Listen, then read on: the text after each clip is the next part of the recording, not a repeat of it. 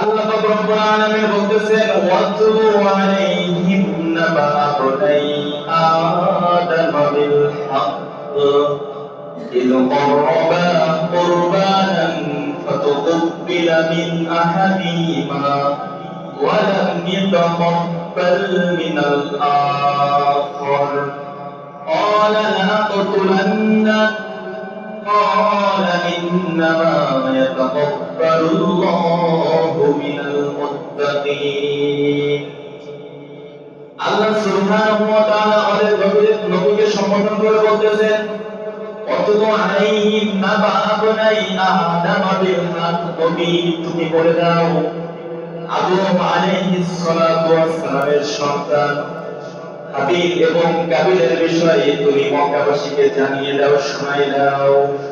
ঈদ করবা, যখন তারা দুজনে কুরবানি উপস্থিত করলো, আল্লাহর দরবারে পেশ করলো। ঈদ করবা কুরবানান ফাতুকবিলা মিন আহাদিহিমা, তাদের দুজনের মধ্য থেকে আল্লাহ পাক রব্বুল আলামিন একজনের কুরবানিকে কবুল করলেন। ওয়ালাম ইউতাকাব্বাল মিনাল আখার, এবং অপরজনের কুরবানি আল্লাহ পাক রব্বুল আলামিন কবুল করলেন না। ক্বালা লাআকতুলান্নাক, যার কুরবানি কবুল হলো না, কাবিলের কুরবানি, সে বলল ক্বালা লাআকতুলান্নাক, অবশ্যই আমি তোমাকে কতল করব, হত্যা করব।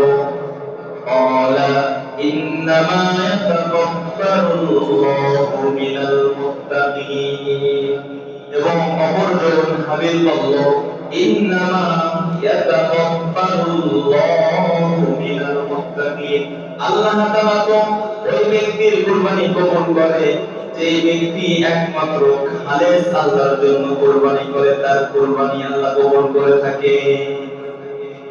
তাহলে এই যে দুইজন যে কুরবানি করলো, এই আয়াত দ্বারা আমি আপনি বুঝতে পারলাম যে কুরবানি শুধুমাত্র আমাদের জন্য যে ওয়াজিব বিষয়টা এমন না। অপর আয়াতের মধ্যে আল্লাহ পাক রব্বুল আলামিন আমাদেরকে সুন্দর করে বলতেছেন ওয়ালিকুল্লি উম্মাতিন জাআলনা মানসাকাল লিয়াযকুরু ইসমাল্লাহি আলা মা রাযাকাহুম মিন বাহিমাতিল আনআম। ওয়ালিকুল্লি উম্মাতিন জাআলনা, আমি প্রত্যেকটা জাতির জন্য এই কুরবানিকে নির্দিষ্ট করে দিয়েছি, চালু করে দিয়েছি, যাতে করে তারা আমাকে স্মরণ করতে পারে। তাহলে আমি আপনি এই আলোচ্য দুই আয়াত দ্বারা কি বুঝতে পারলাম যে কুরবানি শুধুমাত্র আমার আপনার জন্য যে ওয়াজিব বিষয়টা এমন না, অন্য অন্য জাতি, অন্য অন্য জামানার উম্মতদের প্রতিও কুরবানি ওয়াজিব ছিল, তাদের জন্য কুরবানি করা লাগতো। কথা বলেন, লাগতো কি লাগতো না? লাগতো। এই আয়াত দ্বারা আমি আপনি বুঝতে পারলাম। তো আদম আলাইহিস সালাতু ওয়াস সালামের দুই সন্তান হাবিল এবং কাবিল, এদের থেকে সর্বপ্রথম কুরবানির সূচনা শুরু হয়েছে। এবং বর্তমান জামানাতে আমি আপনি যে কুরবানি করে থাকি, এই কুরবানি আমার আপনার প্রতি যে নির্দিষ্টভাবে অবধারিত হয়েছে, এটা হচ্ছে হযরতে মুসলিম জাতির পিতা হযরতে ইব্রাহিম খলিলুল্লাহ আলাইহিস সালাতু ওয়াস সালাম এবং তিনার সন্তান ইসমাঈল আলাইহিস সালাতু ওয়াস সালামের বড় একটা পরীক্ষা এবং তাদের বড় এক ত্যাগের মাধ্যমে এই কুরবানি আমার আপনার প্রতি আসছে। তো সর্বপ্রথম যে হাবিল এবং কাবিল, দেখেন তিনার কুরবানিটা কেন কবুল হলো না, এটা আমি বোঝাতে চাইতেছি। এই জন্য তাদের যে বিস্তারিত যে ঘটনাটা আছে, মনোযোগ সহকারে সবাই একটু শ্রবণ করে দেখেন। আগেরকার জামানার কুরবানি কবুল হওয়ার ধরনটা ভিন্ন ছিল। আমাদের জামানাতে তো কুরবানি কবুল করা লাগে যে গরু জবাই করা লাগে, আল্লাহর জন্য জবাই করতে হয়, এবং সেই গোশত কিন্তু আল্লাহ নিয়ে যায় না, সেই গোশত কিন্তু আমরাই খাই। কি বলেন ভাই, আমরা খাই না? আমরাই খাই, কিন্তু নিয়তটা কার জন্য করতে হয়? আল্লাহর জন্য করতে হয়। যে পর্যাপ্ত পরিমাণ যদি সম্পদ আমার আপনার হয়, তাহলে আগেরকার জামানায় বিষয়টা এমন ছিল না। আসমান থেকে একটা অগ্নিশিখা আসতো, আগুনের দলা আসতো নির্দিষ্ট জায়গাতে। আমরা যখন নির্দিষ্ট জায়গাতে নামাজ পড়ি, এরকম নির্দিষ্ট জায়গাতে তাদের সম্পদ সেইখানে রেখে আসতে হতো। ধন সম্পদ অথবা যাই হোক সেটা রেখে আসতে হতো। তো যার কোরবানি কবুল হয়েছে এটা তারা কিভাবে বুঝতো? আসমান থেকে একটা অগ্নিশিখা আসতো, আগুনের অগ্নিশিখা এসে যার কোরবানি কবুল হতো সেটাকে গ্রাস করে ফেলতো, গিলে ফেলতো, পুড়িয়ে ফেলতো। আর যার কোরবানি কবুল হতো না তার জিনিস আপন অবস্থায় থেকে যেত। তো বাবা আদম আলাইহিস সালাতু ওয়াস সালামের দুই সন্তান হাবিল এবং কাবিল, হাবিলের কুরবানি আল্লাহ পাক রব্বুল আলামিন কবুল করেছেন এবং কাবিলের কুরবানি কবুল করেন নাই। কেন করেন নাই? হাবিল যে ব্যক্তি ছিলেন তিনি আল্লাহ পাক রব্বুল আলামিনের জন্য কুরবানি করেছিলেন, আর কাবিল সে কুরবানি করেছিল কোন একটা উদ্দেশ্যে। সে উদ্দেশ্যটা কি ছিল? যে যখন পৃথিবীর একেবারে সৃষ্টি লগ্নের শুরু কেমন ছিল, বিবাহ শাদীর ঘটনা কেমন ছিল আগেকার জামানায়, প্রথম যে যখনই সন্তান হতো, মানুষের বাচ্চা হতো, তখন জোড়ায় জোড়ায় হতো, একসাথে একটা ছেলে একটা মেয়ে হতো। তো একটা ছেলে একটা মেয়ে, তাদের দুজনকে আপন ভাই বোন হিসেবে ধরা হতো।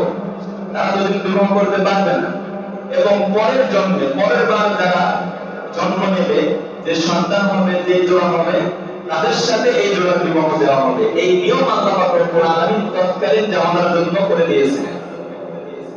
তাহলে প্রথম জন্ম হয়েছে কাবিলের, আর দ্বিতীয়তে জন্ম হয়েছে হাবিলের। তো নিয়ম অনুসারে যে হাবিলের সাথে যে বোনটা জন্ম হয়েছে তার বিয়ে হবে কার সাথে? কাবিলের সাথে। আর কাবিলের সাথে যে বোনটা জন্ম হয়েছে তার বিয়ে হবে কার সাথে? হাবিলের সাথে। তো এখন কাবিলের সাথে যে বোনটা জন্ম হয়েছে সে একটু দেখতে শুনতে হাবিলের বোনের তুলনায় একটু সুন্দর, একটু ভালো দেখতে। তো এখন কাবিলের দাবি হচ্ছে যে আমার সাথে যে বোন জন্ম হয়েছে তাকেই আমি বিবাহ করব, ওকে আমি বিবাহ করব না। তো বাবা আদম আলাইহিস সালাতু ওয়াস সালাম তিনি বললেন এটা কখনো সম্ভব না, এটা হবে না। তো আদম আলাইহিস সালাতু ওয়াস সালাম তখন এই দুই সন্তানকে আদেশ দিলেন যে তোমরা দুজনে কুরবানি করো। কি করো বলে? কুরবানি করো। তোমাদের দুইজনের মধ্যে যার কুরবানি আল্লাহ পাক রব্বুল আলামিনের দরবারে কবুল হবে, যার কুরবানিকে আল্লাহ পাক রব্বুল আলামিন কবুল করে নেবে, তাকেই এই আমার এই কন্যার সাথে বিবাহ দেওয়া হবে। এই বলে আল্লাহ পাক রব্বুল আলামিন তাদেরকে কুরবানি করতে বলেন। তো দুজনেই কুরবানি করলেন নিয়ম অনুসারে নির্দিষ্ট জায়গাতে। হাবিল হচ্ছে গরুর চাষ করত, গরু, দুম্বা, ভেড়া ইত্যাদি। আর কাবিল হচ্ছে চাষাবাদ, তার চাষাবাদ ধন সম্পদ নির্দিষ্ট জায়গাতে রেখে আসছে। আর হাবিল এরকম তার একটা দুম্বা বা ভেড়া রেখে আসছে। রেখে আসার পরে আসমান থেকে নিয়ম অনুসারে অগ্নিশিখা এসে হাবিলের যে প্রাণীটা আছে সেটাকে গ্রাস করে ফেলেছে। আর কাবিলের জিনিস আপন অবস্থায় পড়ে আছে, তার কুরবানি কবুল হয় নাই। সেই সময় কাবিল বলতেছে অবশ্যই আমি তোমাকে হত্যা করব। আর হাবিল বলতেছে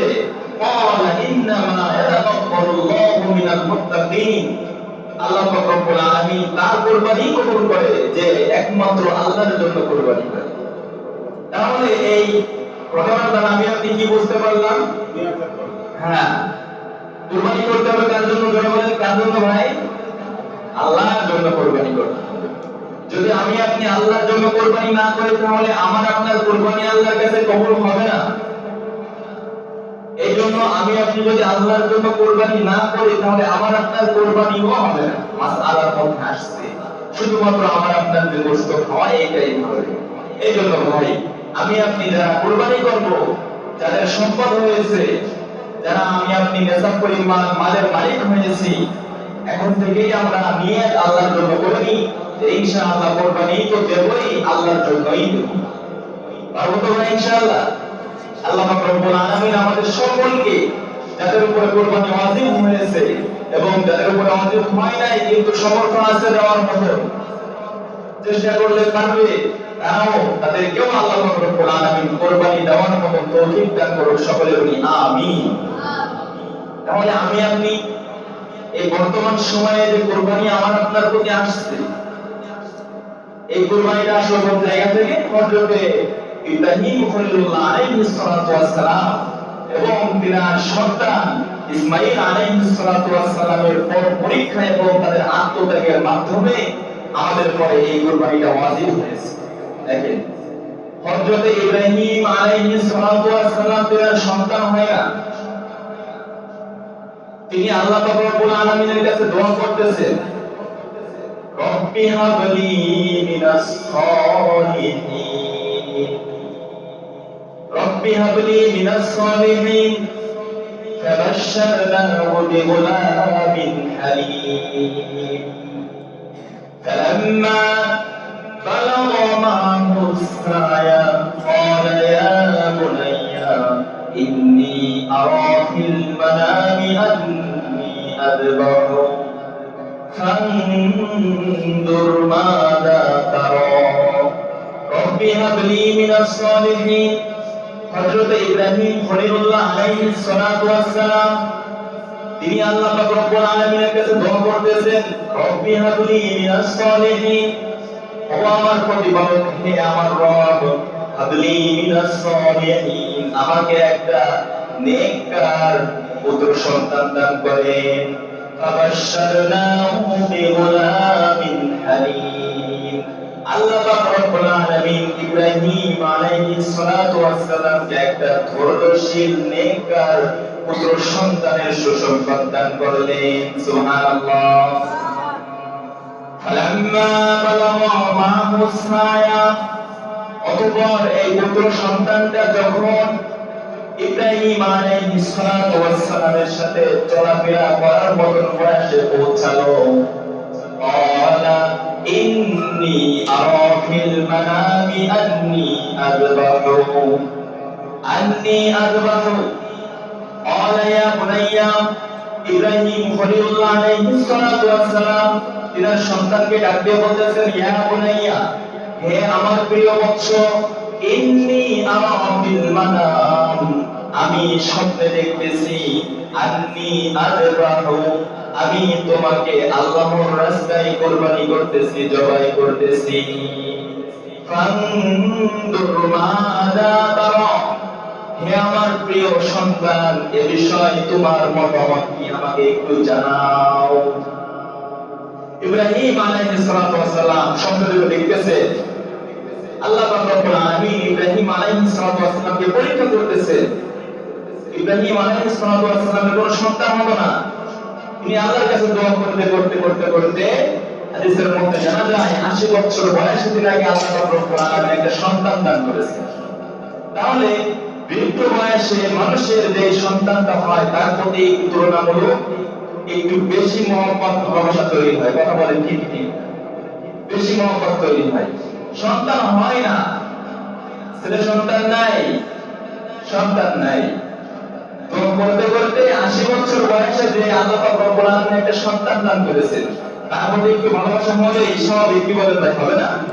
তো এইটাকে পরীক্ষা করার জন্য আল্লাহ পাক রব্বুল আলামিন যে ইব্রাহিমকে আমাকে বেশি ভালোবাসে নাকি তার সন্তানকে বেশি ভালোবাসে, তার সম্পদ, ধন সম্পদ, ছেলে সন্তান, বিবির বাচ্চা, এদেরকে কি বেশি ভালোবাসে নাকি আমাকে বেশি ভালোবাসে?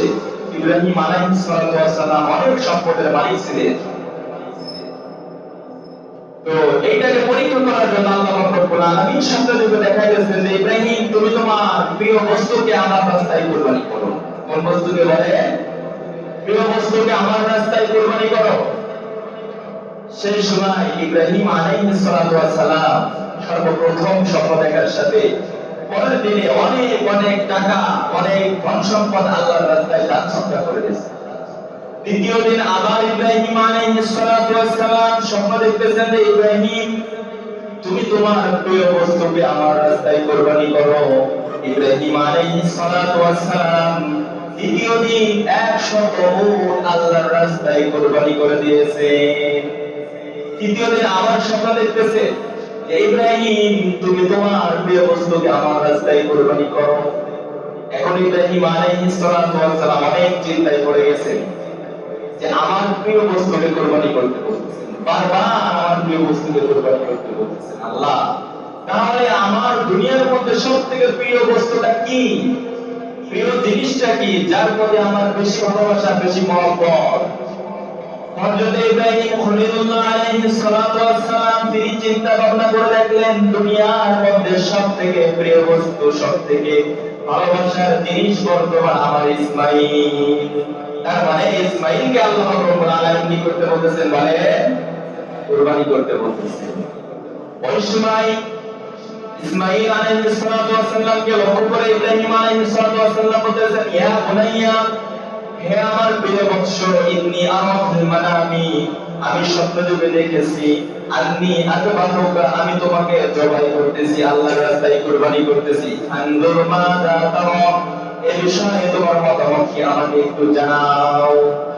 ছেলের মতামত জানতে চাইতেছি। দেখেন ছেলে প্রশ্নের উত্তরে কি বলতেছে, বাবাও যেমন ছেলেও তেমন। একটা প্রবাদ বাক্য আছে উর্দুতে, बाप का बेटा सिपाही का घोड़ा कुछ ना हो तो थोड़ा थोड़ा।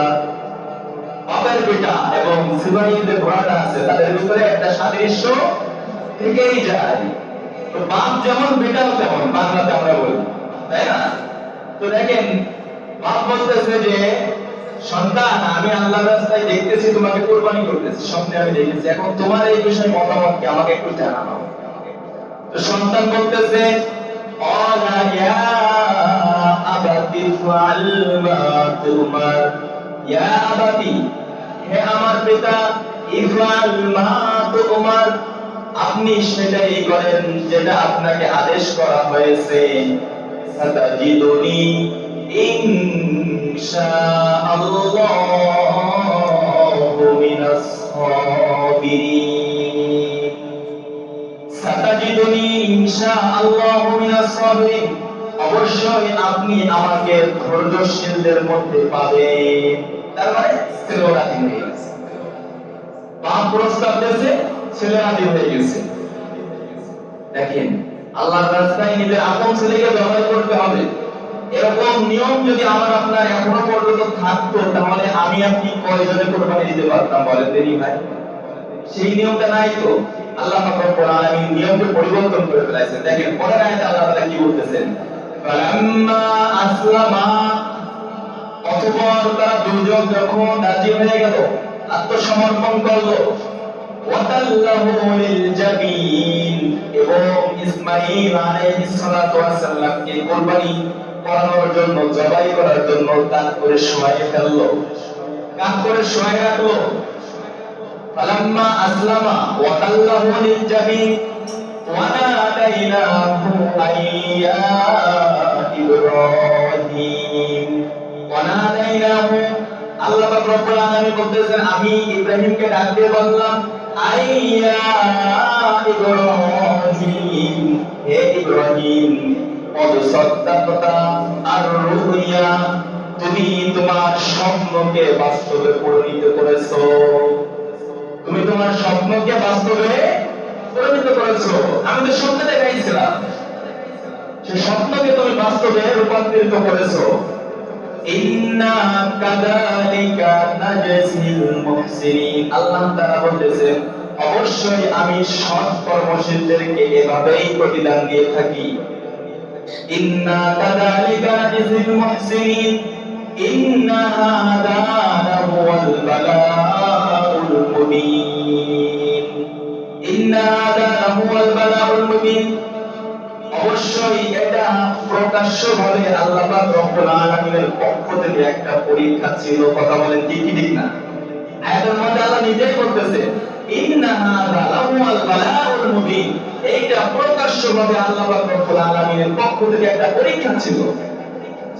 ওয়াফাদাইনাহু বিযিবহিন নাযীম, এবং আমি ইসমাঈল আলাইহিস সালাতু ওয়াস সালামকে মুক্ত করে দিলাম বিযিবহিন নাযীম, একটা জান্নাতি বড় দুম্বার বিনিময়ে ইসমাঈলকে মুক্ত করে দিলাম।